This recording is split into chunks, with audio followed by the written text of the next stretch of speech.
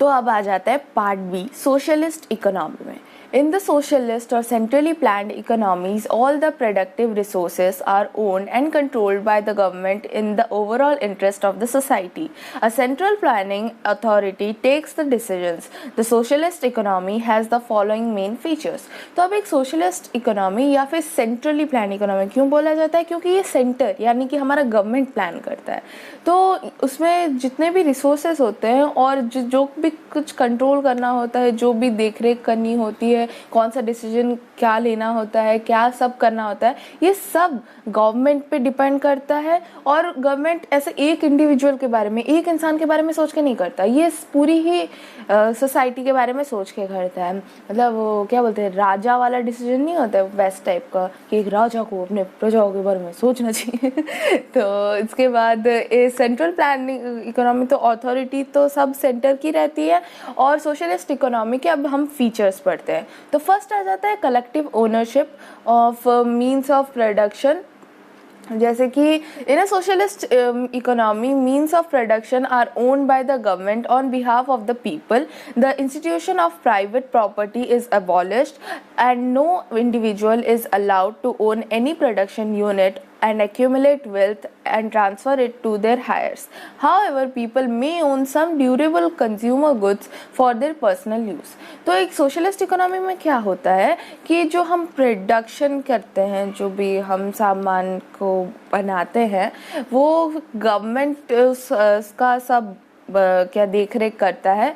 और फिर इसीलिए क्योंकि सब चीज़ गवर्नमेंट के अंतर्गत होती है, तो इसीलिए कोई भी इंस्टीट्यूशन कह सकते हैं कि कोई भी लोग या फिर कोई भी ग्रुप ऑफ पीपल ऐसा नहीं कर सकते कि वो प्राइवेट प्रॉपर्टी अपना कुछ रख सकें। मतलब जैसे कोई जगह है या ऐसा कुछ कि ये हमारी जगह, यहाँ पे हम जो चाहें वो करेंगे, ऐसा नहीं कर सकते। सब गवर्नमेंट के हिसाब से होगा। और किसी भी इंडिविजुअल यानी कोई भी एक इंसान को अलाउ नहीं किया जाएगा कि वो प्रोडक्शन करे और मतलब अपने हिसाब से, या फिर कोई भी धन दौलत एक्यूमुलेट करे, मतलब वेल्थ एक्यूमुलेट करे, जैसे कि बहुत ज़्यादा, जैसे लैंड हो गया या फिर कैपिटल हो गया, इस टाइप का।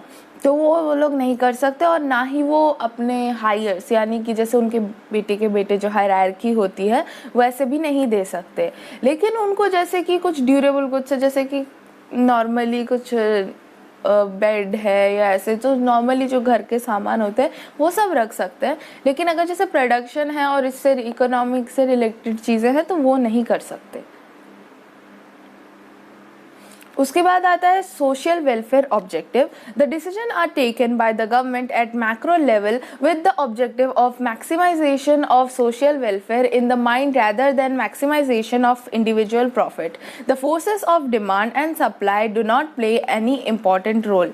Careful decisions are taken with the welfare objectives in mind.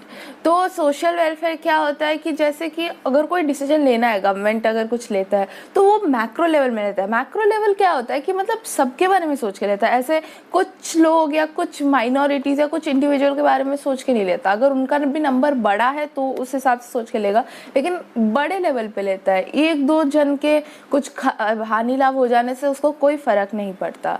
और ये वो हमेशा क्या सोचता है, मैक्सिमाइजेशन ऑफ सोशल वेलफेयर। मतलब कि अब सोसाइटी का ऐसे देखा जाए तो जैसे वेलफेयर अच्छा होना चाहिए। भले अगर जैसे कि 2 जन भूखे मर रहे हो, लेकिन अगर पूरी क्या बोलते हैं सोसाइटी के लिए अच्छा हो रहा है तो भले उसको 2 जन वो खाना जन उनको उनके हाल पे छोड़ दे, लेकिन सोसाइटी के लिए क्या सही है वो करेंगे, ना कि उन 2 जनों के बारे में सोच के कुछ चेंजेस नहीं करेंगे।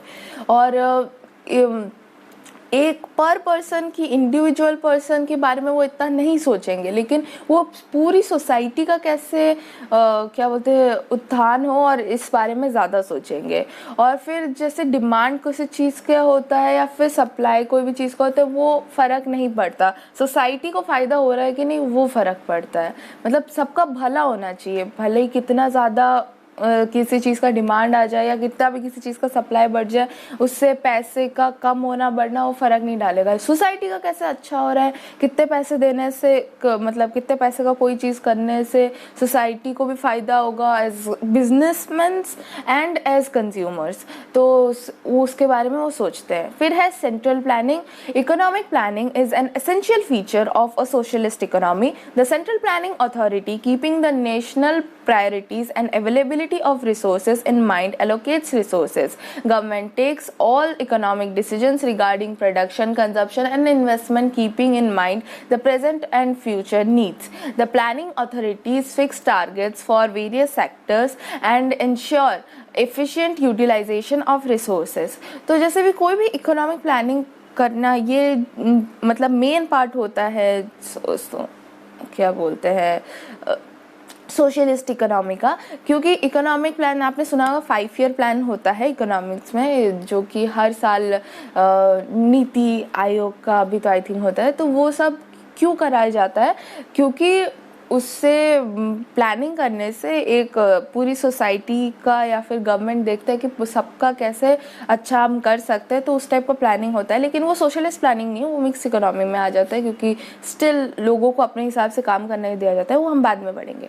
लेकिन मेन बात है कि वो एक एग्जाम्पल था कि कैसे प्लानिंग की जाती है। तो प्लानिंग इसीलिए की जाती है ताकि पूरी सोसाइटी के बारे में सोचा जा सके।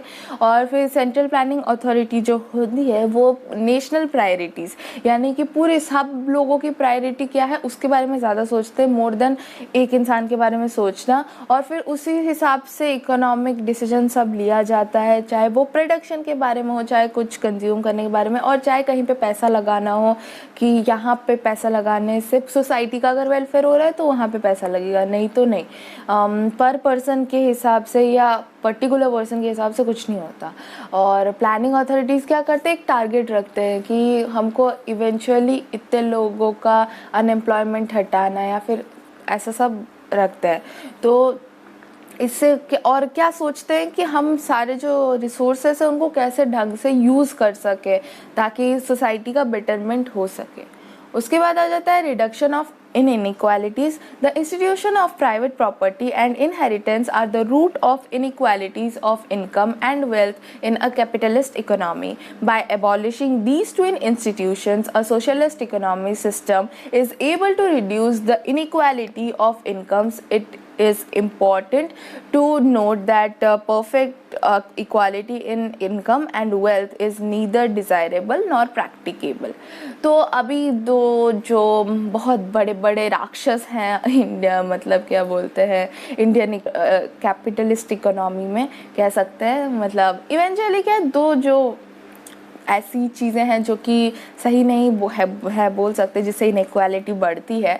जो वो है प्राइवेट प्रॉपर्टी की, कोई मतलब किसी के पास ज़्यादा प्रॉपर्टी उसने जमा करके रख दी है और इनहेरिटेंस उसको और ख़राब कर देती है, क्योंकि मतलब बाप के पास था तो बेटे को मिल जाता है, तो ऐसे मतलब धनी धनी होने जाता है, गरीब गरीब होता जाता है। तो इसीलिए उनको प्रॉब्लम्स मतलब बाकी लोगों को उस हिसाब से अगर देखा जाए तो कम मिलता है।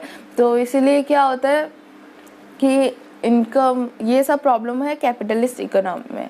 अब इन दोनों चीज़ों को जब हम हटा देते हैं सोशलिस्ट इकोनॉमिक सिस्टम में, तो इनइक्वालिटी इनकम जो लोगों का हो रहा है उसमें इनइक्वालिटी होना बंद हो जाता है या कम हो जाता है।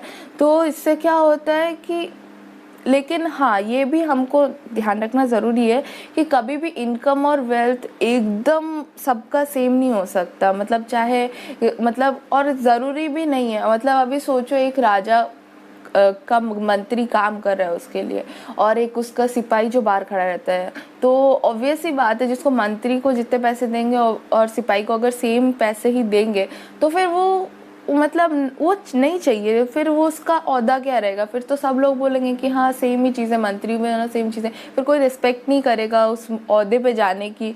या फिर क्या बोलते हैं, मंत्री भी बोलेगा कि हाँ मैं तो सिपाही जितना ही हूँ, तो फिर उसको भी कुछ ऐसा लगेगा नहीं, वो भी अपने काम में ध्यान नहीं देगा। तो इसलिए क्या बोलते हैं, ये चाहिए भी नहीं, लोगों को चाहिए भी नहीं कि मतलब बड़े ओहदे वालों को कि वो छोटे ओहदे वालों के एकदम बराबर हो जाए, और ये प्रैक्टिकेबल भी नहीं है। मतलब हम ये चाहे अगर कर भी दे तो ये कर नहीं सकते, क्योंकि आप कैसे अगर मतलब ऑब्वियसली लोग क्या करेंगे ना, जैसे ये लोगों को काम मिल जाता है और बिना बैठे बैठे काम मिल जाता है तो वो अपना काम कभी करते नहीं, तो ये प्रैक्टिकल भी है नहीं। तो और अगर करने भी लग जाए तो भी आई डोंट थिंक, मतलब रियल लाइफ में ये चीज़ नहीं हो सकती। सबका माइंड अलग से काम करता है, और कोई सिचुएशन, कोई कौन सा सिचुएशन आया होगा उस हिसाब से तो ये हो नहीं सकता। उसके बाद आता है no class conflict. In capitalist economy the interest of workers and management are different, both of them want to maximise their own individual profit और अर्निंग्स,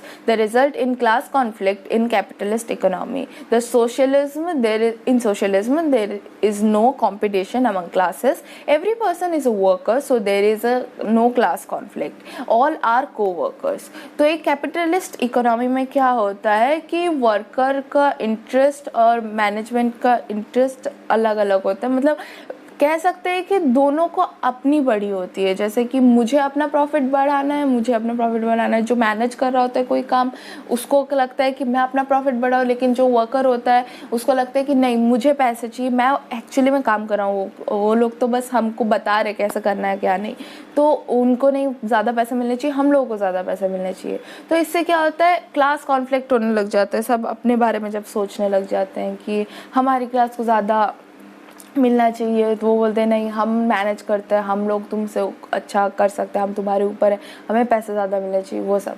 फिर तो ये सब चीज़ें ना कंपटीशन सोशलिज्म में नहीं होती है, क्योंकि हर एक इंसान को ऐसा वर्कर ही ट्रीट किया जाता है, चाहे वो कैसा भी काम कर रहा हो। और उसमें ऐसा नहीं होता कि जैसे वर्कर्स को नीचे देखा जाता है, या फिर जो मैनेज कर रहे हो, मैनेजर्स हो और सीईओज हो, उनको ऊपर देखा जाता है। सबको देखा जाता है कि वो टीम प्लेयर्स हैं और को वर्कर्स हैं, साथ में काम करने वाले लोग हैं। फिर आता है socialism in today's world. Countries such as Russia, China and many Eastern European countries are said to be socialist countries, but they are changing now and encouraging liberalization in their countries for the economic development। काफ़ी मैंने time लिया liberalisation बोलने के लिए, तो इसलिए countries जैसे Russia है, चाइना है, और ऐसे ही बहुत सारी यूरोपियन कंट्रीज़ हैं, जो यूरोप में जितने कंट्रीज़ हैं ये सब, सारे नहीं मतलब ये सब, तो वो सोशलिस्ट कंट्री बोले जाते हैं।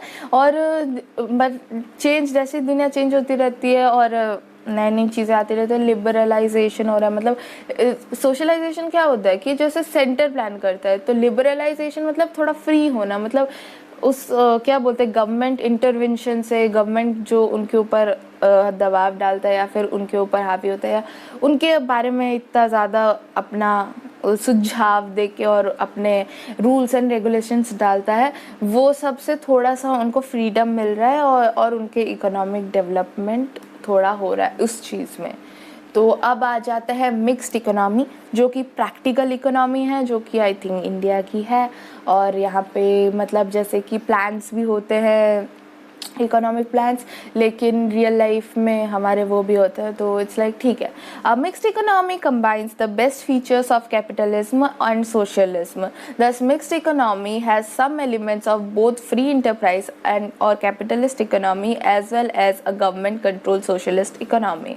तो एक मिक्स्ड इकोनॉमी में क्या होता है, कैपिटलिज्म और सोशलिज्म दोनों के बेस्ट फीचर्स होते हैं, दोनों के जो फीचर्स चाहिए हमें, जो एक्चुअली में एप्लीकेबल है और जो कि कॉन्फ्लिक्ट नहीं करते, जो कि झगड़े नहीं करवाते, उन सब फीचर्स, उन सब कह सकते हैं कि वो सारे तरीके इसमें होते हैं मिक्स इकोनॉमी में। और मिक्स इकोनॉमी में ऐसा फ्री एंटरप्राइज भी होता है, और जैसे कि या फिर कह सकते हैं कैपिटलिस्ट इकोनॉमी, और गवर्नमेंट कंट्रोल भी होता है जैसे कि socialist economy.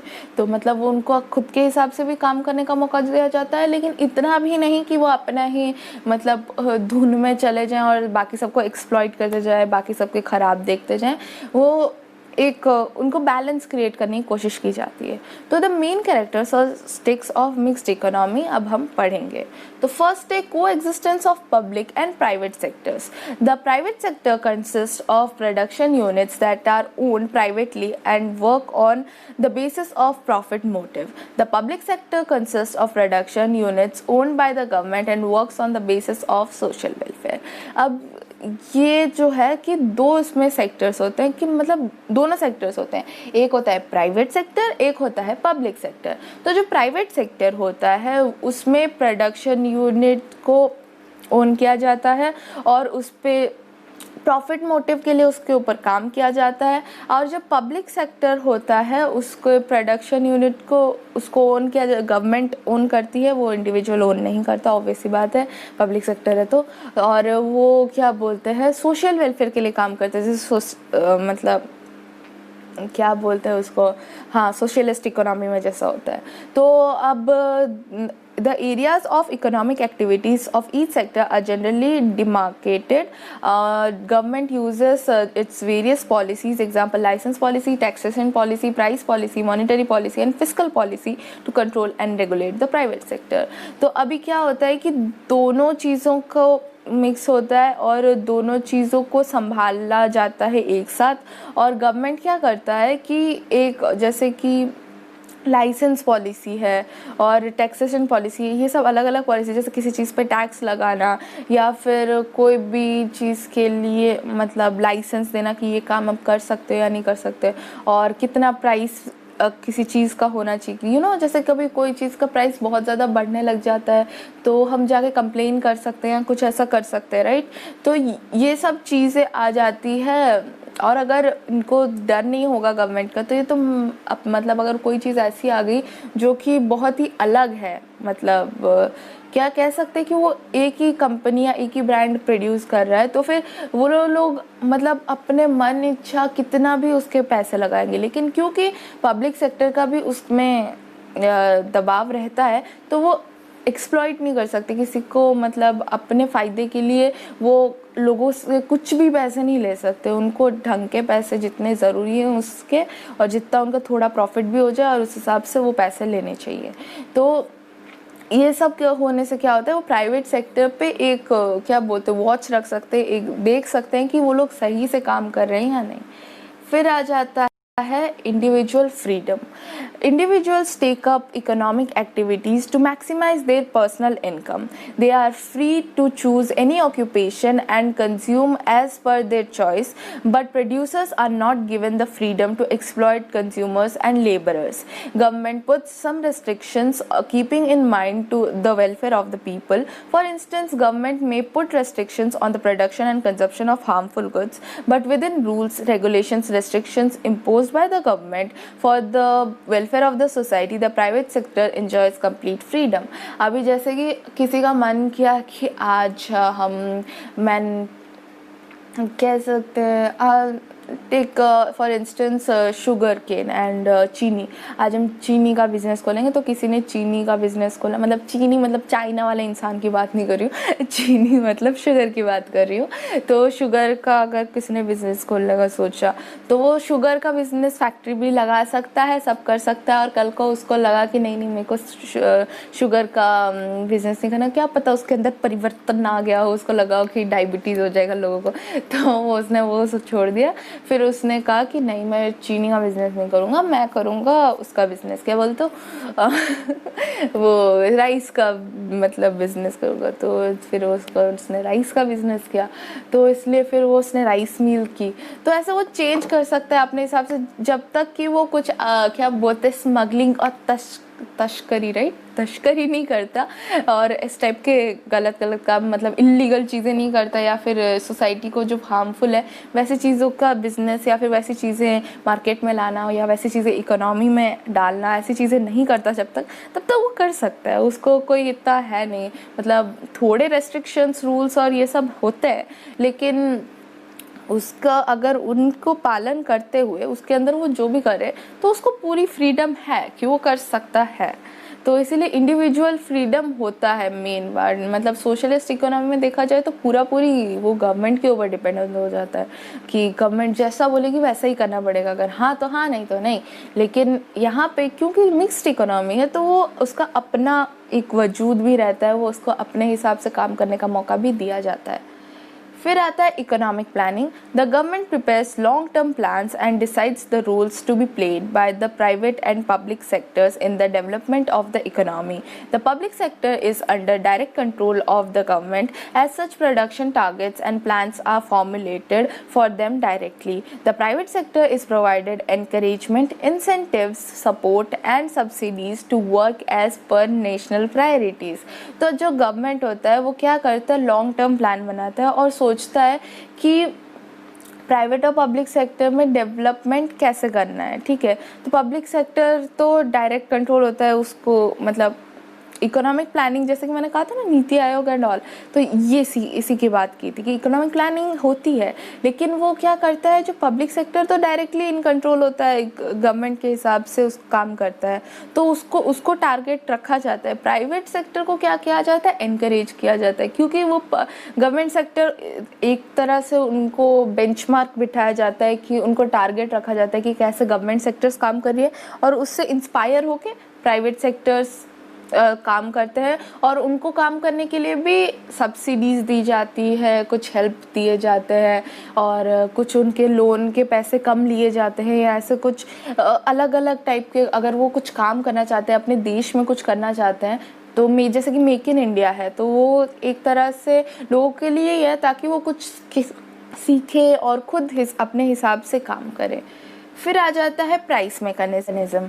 Prices play a significant role in the allocation of resources. For some sectors, the policy of administered prices is adopted. Government also provides price subsidies to help the targeted group. The aim of the government is to maximize the welfare of the masses. For those who cannot afford to purchase the goods at market prices, government makes the goods available either free of cost or at below market prices. तो क्या होता है, prices बहुत ज़्यादा impact डालते हैं या फिर इन्फ्लुएंस करते हैं कि रिसोर्सेज को कैसे यूज़ करना है। तो कुछ सेक्टर्स क्या होता है जो कि मतलब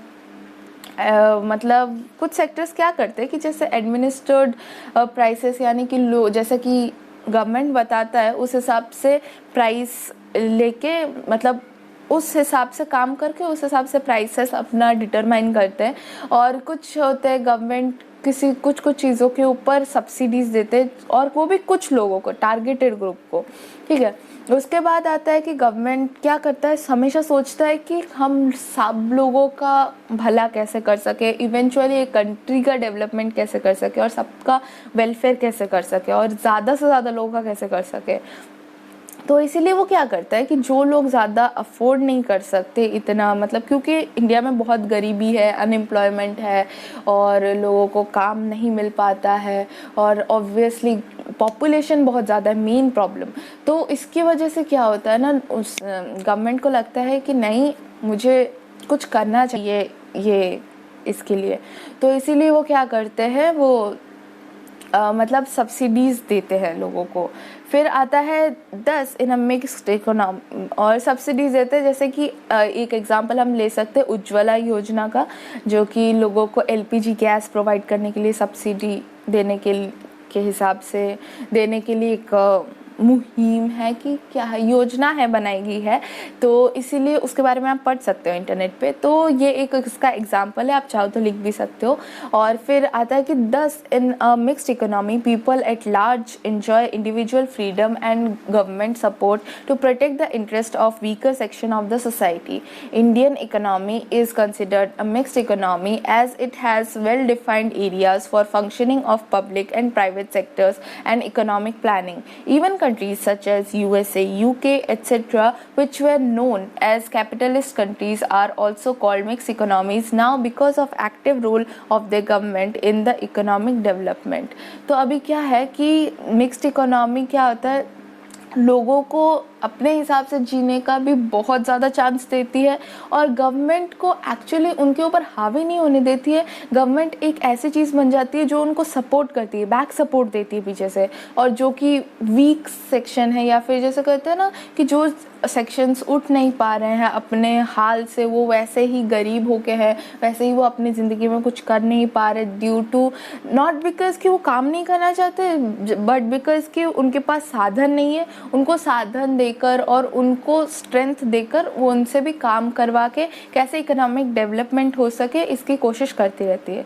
और फिर इंडियन इकोनॉमी को मिक्स्ड इकोनॉमी भी कहा जाता है क्योंकि वहाँ पे पब्लिक सेक्टर भी है, प्राइवेट सेक्टर भी है और इकोनॉमिक प्लानिंग भी होती है। और फिर यूएस से यूके है, ये कैपिटलिस्ट कंट्री माने जाते हैं कि उनको हर चीज़ अपने हिसाब से करते हैं, लेकिन कह सकते हैं कि ये भी आजकल मिक्स्ड इकोनॉमी कहे जाते हैं बिकॉज इनके भी देखो नॉर्मली क्या है ना, यूएसए यूके यहाँ पे बहुत ज़्यादा कह सकते हैं कि प्राइवेट इकोनॉमी का बोलबाला है, मतलब वो कैपिटलिस्ट वाली बात है यहाँ पे, बट स्टिल वहाँ पे क्या बोलते हैं गवर्नमेंट का थोड़ा सा रोल होने लगा है और इसलिए ताकि इकोनॉमिक डेवलपमेंट हो सके।